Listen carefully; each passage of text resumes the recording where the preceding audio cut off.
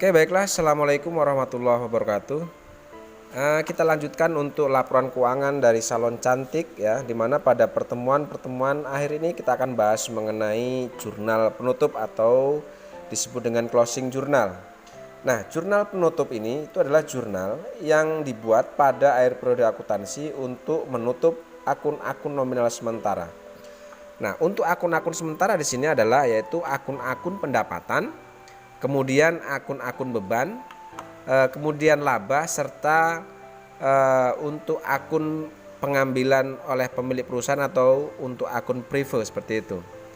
Nah, data sumber atau data yang kita gunakan untuk membuat adanya jurnal penutup ini adalah kita akan coba lihat atau kita akan masuk di neraca lajur yang sebelumnya sudah kita selesaikan. Nah, untuk jurnal penutup sendiri karena ini berhubungan dengan akun-akun pendapatan serta akun-akun beban dan laba, maka di sini pada neraca lajur kita fokus pada kolom laba rugi. Berarti data-data yang kita gunakan adalah data-data yang ada di neraca lajur kolom laba rugi. Berarti data ini. Oke, sedangkan di sini kita tahu bahwa data ini adalah data yang dimulai dari kode 4 sampai kode 9. Berarti akun-akun yang akan kita tutup di sini adalah akun-akun mulai dari kode 4 sampai kode 9. Kemudian laba ya, kemudian laba yang dihasilkan dari kolom laba rugi ya, berarti kolom ini, berarti nominal ini yang akan kita tutup nanti. Dan satu lagi, jika ada prive atau jika ada pengambilan pribadi oleh pemilik, maka itu pun harus kita tutup. Oke, di sini ada indah drawing ya, di mana indah drawing ini ada nominal 13.500.000. Ini juga kita nanti akan tutup. Oke, baiklah, kita coba langsung saja ke materi untuk jurnal penutup. Yang pertama, kita akan coba tutup akun-akun pendapatan di sini. Oke, di sini kita tahu untuk di kolom laba rugi ini adalah akun-akun pendapatan dan beban di sini. Ya, saya kasih tanda di sini ya. Inilah akun-akun yang akan kita tutup. Saya kasih tanda kuning. Ya, seperti ini. Oke, itu dimulai dari kode 4. Perhatikan di sini. Untuk membedakan mana akun pendapatan dan akun beban di kolom laba rugi, kita cukup lihat posisi saldo saja. Untuk di sisi saldo debit, ini berarti adalah nominal saldo akun-akun beban. Dan di kolom kredit ini adalah saldo-saldo atau nominal akun pendapatan. Berarti di sini kita tahu bahwa ada dua pendapatan di sini ya, yaitu kode untuk fixed income atau kode 41100 dan ada kode 8100 atau interest revenue. Berarti dua akun pendapatan ini yang pertama akan kita tutup. Oke, perhatikan posisinya karena di sini jurnal penutup atau dikenal dengan istilah jurnal pembalik, maka saldo yang ada di neraca lajur ini akan kita balik. Akun pendapatan di sini ada di saldonya ada di kolom kredit. Berarti pada saat kita mencatat ke jurnal penutup, maka akun pendapatan ini akan menjadi di debit atau fixed income dan interest revenue ini akan kita pindahkan di posisi debit di dalam jurnal penutup.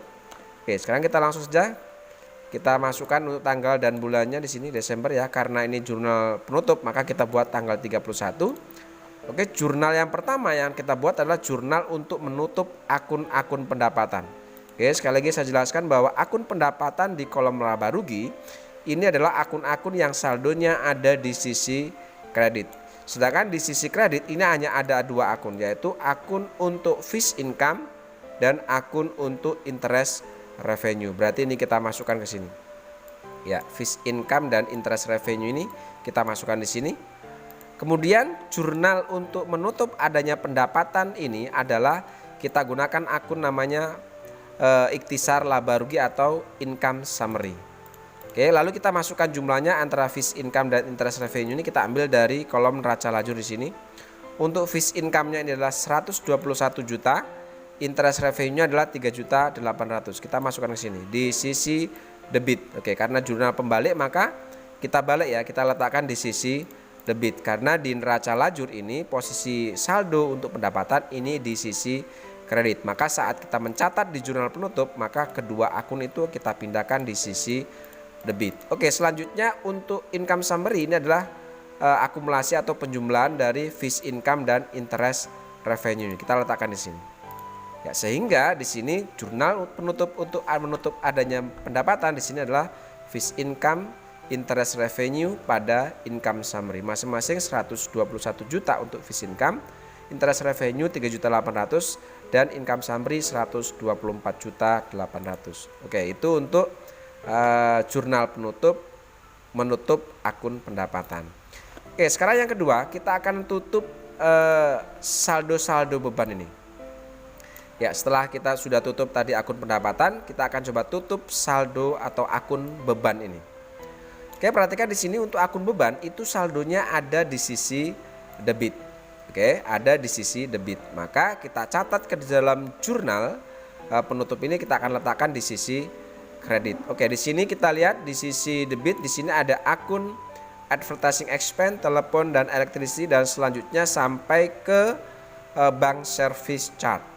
Ya, kecuali interest revenue itu tadi sudah kita masukkan ke dalam akun pendapatan. Berarti ini yang akan kita masukkan. Oke, kita masukkan nama-nama akunnya di sini ya, kita masukkan ke jurnal penutup, letakkan di sisi kredit seperti itu ya. Oke, kita letakkan di sini. Ya, kita letakkan di sini ya. Ya. Nah, setelah kita masukkan seperti ini, maka untuk akun debitnya adalah kita gunakan income summary, masih sama ya. Jadi jurnal untuk menutup adanya akun pendapatan dan akun beban ini adalah akun income summary atau bisa dikatakan sebagai ikhtisar laba rugi. Oke, sekarang kita masukkan nominal dari advertising expense sampai bank service charge. Kita ambil masih dari neraca lajur. Berarti yang ini kita ambil. Ya, ini kita masukkan semua ke sini. Oke, di sisi kredit jangan lupa kita masukkan ke sini. Oke, hasilnya seperti ini kira-kira. Lalu kemudian untuk income summary adalah jumlah atau total dari seluruh akun-akun beban ini. Setelah kita jumlah, hasilnya di sini ketemu adalah sebesar 68.100.000. Sehingga di sini jurnal untuk menutup adanya akun beban adalah income summary pada advertising expense, water, electricity, and telephone expense dan seterusnya ini. Oke, itu untuk menutup akun beban. Oke ya, jadi sekali lagi untuk akun pendapatan ini sudah kita tutup. Kemudian akun beban ini pun sudah kita tutup. Selanjutnya yang kita tutup adalah akun yang akan kita tutup adalah labanya. Oke, selisih antara pendapatan dan beban ini otomatis akan menjadi laba. Oke, di sini kita ketahui bahwa selisih antara jumlah pendapatan dan jumlah beban selisihnya adalah 56.700.000. Ini disebut dengan laba usahanya. Nah, laba usaha ini pun akan kita tutup. Perhatikan di sini laba ini berada di sisi debit atau kita letakkan di sisi debit. Maka di dalam jurnal penutup di sini akan kita letakkan di sisi kredit. Nah, di sisi kredit di sini akun yang akan kita gunakan karena laba itu otomatis akan menambah modal. Maka untuk mencatat di sisi kredit, untuk mencatat adanya laba itu, maka akan kita gunakan akun Indah Capital. Kemudian penutupnya di sini adalah tetap kita gunakan income summary. Oke, sekarang kita masukkan atau kita ambil nilai labanya 56.700.000 ini ke dalam Indah Capital ini. Kita letakkan di sisi kredit. Oke, kemudian kita tutup dengan income summary atau ikhtisar laba rugi juga sejumlah nominal yang sama 56.700.000. Oke ya, jadi ini untuk akun pendapatan sudah kita tutup, ini akun beban juga sudah kita tutup. Kemudian laba usaha atau selisih antara pendapatan dan beban itu pun sudah kita tutup. Dan yang terakhir di sini kita lihat selain akun pendapatan, akun beban dan laba, maka yang harus kita tutup adalah jika ada pengambilan oleh pemilik atau indra atau prive. Oke, di sini ada bahasa untuk akunnya adalah indah drawing, ini pun sama dengan prive. Jika ada, ini pun harus kita tutup. Oke, sekarang kita lihat di sini, ternyata indah drawing ada saldo 13.500.000 di sisi debit. Oke, ini pun harus kita tutup. Oke, karena ditutup maka otomatis saldo untuk indah drawing ini pun kita akan balik. Di sini sisi debit. Ya, indah drawing ada saldo di sisi debit, maka kita letakkan di jurnal penutup atau kita akan catat di jurnal penutup ini di sisi kredit indah drawing. Oke. Nah, indah drawing atau pengambilan pemilik ini otomatis akan mengurangi nilai modal. Maka dari itu untuk pengambilan pribadi oleh pemilik ini akan kita tutup akunnya dengan menggunakan modal atau indah capital seperti itu. Oke, nominalnya kita ambil dari sini. Indah drawing ini di sisi debit 13.500.000 500. Kita letakkan di sini 13.500.000. Oke. Lalu indah kapital pun otomatis akan berjumlah sama 13.500.000. Nah, seperti itu. Inilah kira-kira bentuk jurnal penutup. Saya ulangi lagi bahwa jurnal penutup ini adalah jurnal untuk menutup akun-akun sementara. Di mana untuk akun-akun sementara itu sendiri adalah masuk dalam kategori akun-akun pendapatan. Ya, ini ada dua akun pendapatan sudah kita tutup. Kemudian akun-akun beban, ya, akun-akun beban ini pun harus kita tutup. Kemudian selanjutnya adalah selisih antara pendapatan dan laba, pendapatan dan beban itu pun akan kita tutup, anak ya, dikenal dengan istilah laba.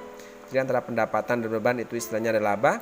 Laba ini pun harus kita tutup. Kemudian selain laba, jika ada pengambilan pribadi oleh pemilik perusahaan, maka itu pun harus kita tutup. Nah, di sini untuk pengambilan pribadi itu istilahnya adalah indra drawing ya, walaupun biasanya kita gunakan istilah prive atau prive, tapi di sini kita gunakan indra drawing, maka di situ kita tutup indra drawing sebesar 13.500.000 dengan indah kapital seperti itu. Oke, setelah semua akun-akun penutup ini kita catat, maka selanjutnya kita akan jumlah debit kreditnya di sini. Otomatis di sini akan sama. Oke, untuk debit 263.100.000 dan kredit pun sama 263.100.000. Seperti itu. Ya, inilah kira-kira bagaimana cara membuat jurnal penutup. Saya rasa sangat mudah dan gampang ya. Semoga kalian bisa dipermudah dalam mengerjakan tugas-tugas di rumah. Terima kasih. Assalamualaikum warahmatullahi wabarakatuh.